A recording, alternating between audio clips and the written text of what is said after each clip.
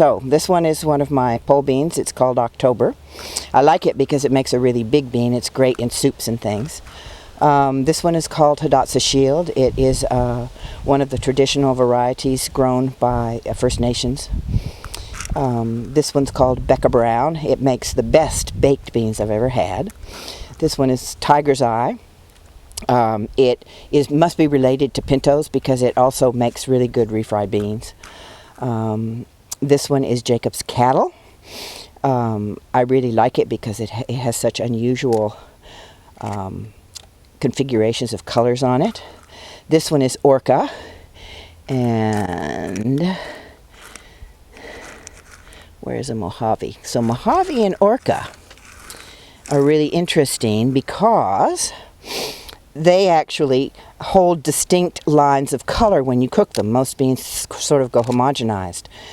So I like to use these in bean salads because it makes a really colorful bean salad to have this white and black or white and burgundy. This one is Ellen Brown Stripe. I got this bean from one of the first places where I farmed. It also was a heritage bean that had come down in that family for years and years.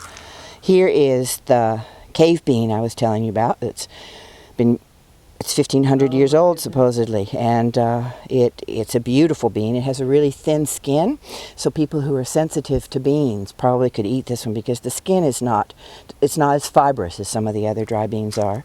This one's Cannellini. It's an Italian bean that lots of people know. This one is a Cranberry Bean. It also is a heritage bean. This one is Black Coco. And it differs from, I'm going to try and find one of the black turtle beans because they're so much smaller. There's one. So, black cocoa is much bigger than the black turtle bean, but the black turtle bean stays quite black when you cook it, whereas this one goes a bit more grayish. It loses some of its color. It wouldn't look like it, but it does. It's a very tasty bean, and when you want black beans that are bigger, it's great. In some of the soups that I make, tortilla soups and things like that, I use it. There's my dark red kidney bean that I grow. There's the Ireland Creek Annie. I grow black Kabuli garbanzos. It makes the best hummus I've ever had in my life. And I also grow a number of lentils. This is the Ethiopian lentil. I really like it because it's quite big. It's a lentil from Ethiopia. Here's Norwegian. It's similar to the same color as Beka Brown, but it has a bit nuttier flavor. This one is Gramma Walters. It is similar to a cranberry bean. And there is the Flageolet, which is a highly prized French dry bean. Makes a wonderful saucy liquid in it when you cook it, as does this, which is Hutterite soup. Some beans do different things. They all don't do the same things when you cook them. Each one of them tastes different. They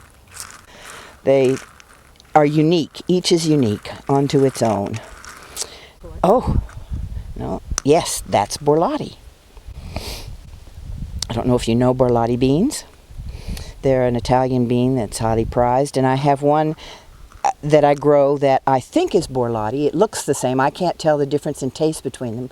The only difference I've ever noticed is my Yugoslavian beans, which I think are Borlottis, are earlier.